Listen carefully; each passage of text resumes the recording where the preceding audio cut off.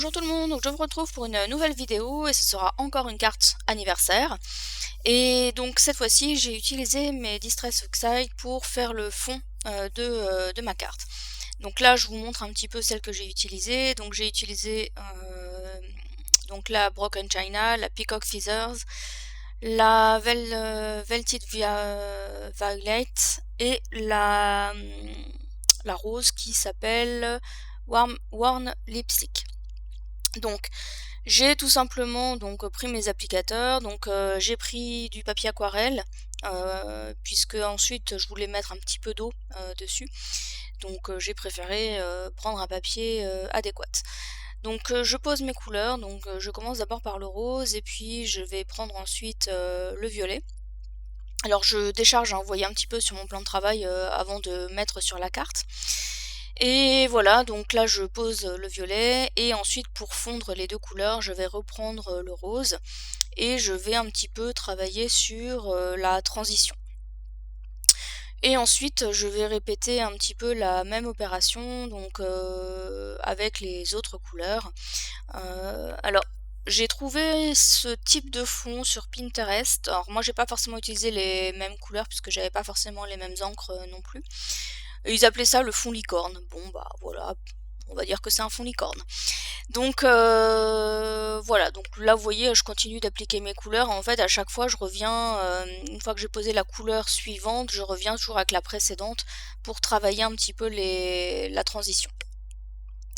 Donc ensuite, donc là vous voyez que je maintiens mon papier, on va dire, sur le côté blanc, on va dire, celle que j'ai pas encore colorisée.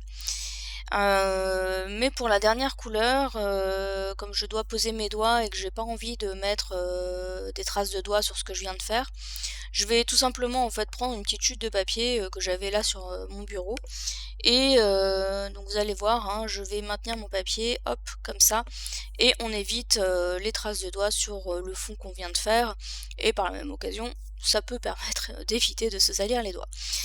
En fait, je trouvais que les deux couleurs, on va dire bleu-vert, se distinguaient pas trop. Ou en tout cas la distinction est très légère. Et en fait j'ai rajouté par la suite, je vais vous montrer hein, juste après, là je vous montre un petit peu ce que ça donne. Vous voyez on voit pas forcément bien la jonction entre les deux bleus. Donc je vais rajouter en fait cette couleur sur vraiment le haut du fond que je suis en train de faire. Mais au final ça va pas me servir à grand chose, ça vous allez comprendre pourquoi. Mais voilà, en tout cas l'idée c'était d'apporter une nuance supplémentaire. Donc comme je vous l'ai dit, l'idée c'était d'apporter, de mettre un petit peu d'eau, je mets des gouttes avec un pinceau, hein, voilà, je mets de l'eau sur le pinceau et ensuite je tapote sur le pinceau pour que l'eau se dépose en forme de gouttes sur le fond. Donc là vous voyez on voit pas forcément grand chose, mais je vais prendre une feuille d'essuie-tout et là ça va être voilà l'effet magique. On obtient, voilà, vous savez comme quand on veut faire un fond un peu étoilé, etc. Comme je vous le disais tout à l'heure, la dernière couleur bleue que j'ai mise ne va pas forcément se voir puisqu'effectivement je vais prendre un dies pour couper un rectangle et donc il y a un effet fausse couture et l'idée c'est que ce rectangle sera mon fond de carte. Donc ma base de carte mesure 10,8 sur 14 cm. Maintenant sur la largeur elle sera un petit peu plus, elle sera un peu moins large puisque je vais la retailler par rapport à la taille de mon rectangle coupé précédemment. Donc là je vais passer à la partie tamponnage, je prends des tampons, vous savez les tampons qui sont un petit peu à superposer. De mémoire c'est la marque Wear Memory Keepers, mais j'ai un doute parce que j'ai plus l'emballage, je ne saurais plus vous dire de quelle marque il s'agit précisément. J'ai pris un papier, donc en fait c'est un papier, je crois que je l'avais déjà dit dans une de mes dernières vidéos.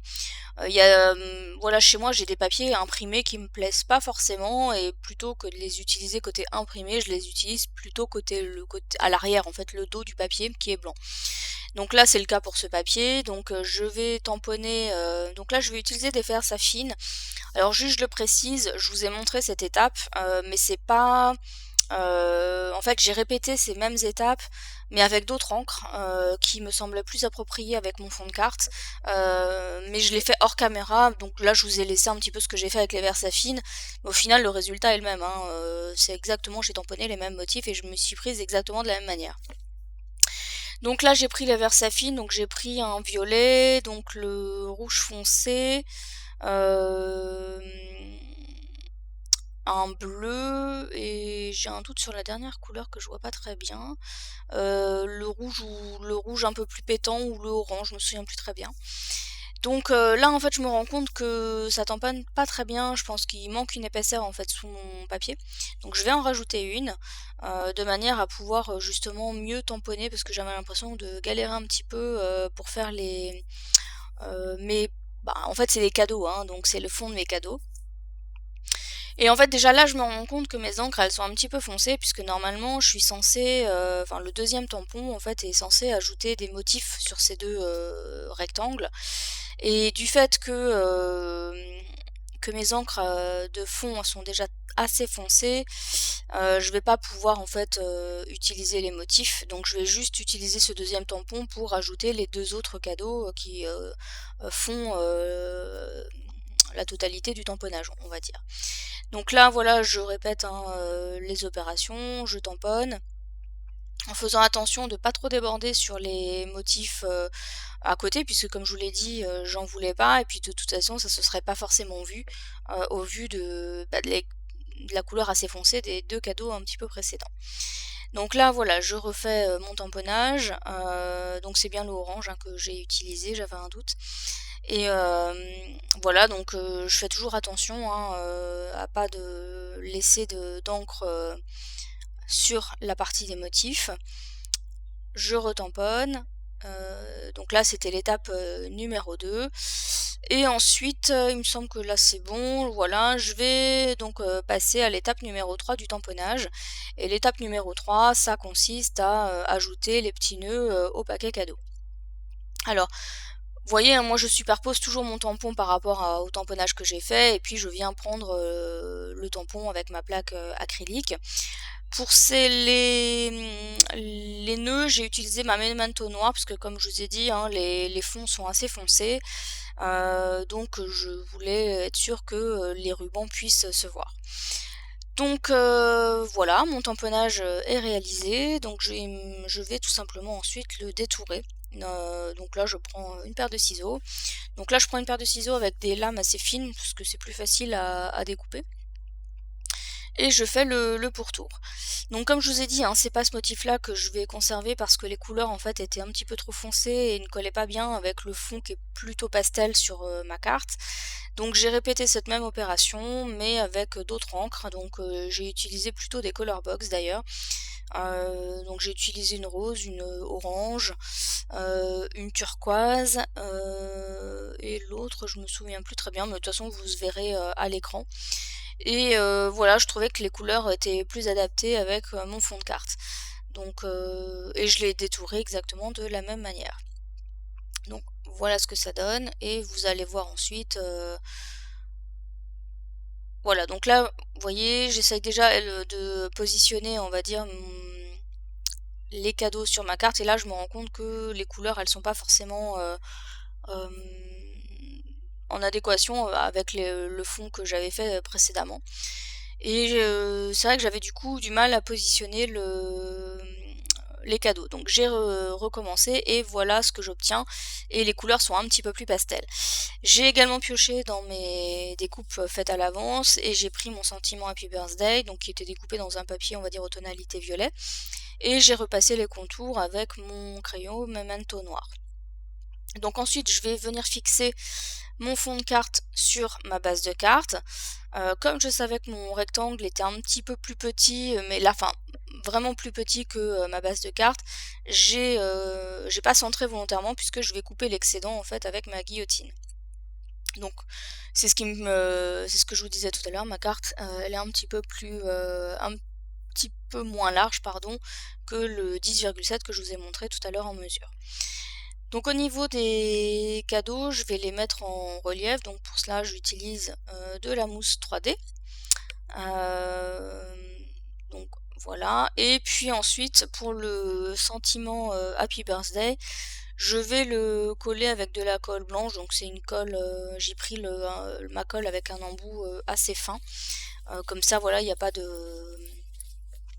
souci au niveau du collage, et pardon, je pense un petit peu plus solide que mon stylo colle en fait. Donc voilà, donc là on va passer à l'étape du collage, donc le temps de mettre la colle sur le sentiment. Et ensuite au niveau du sentiment, ce que je vais faire aussi pour le faire ressortir un petit peu plus, c'est de passer du glossy accent sur la totalité de mes 2 mots, pour donner aussi un petit peu plus de brillance.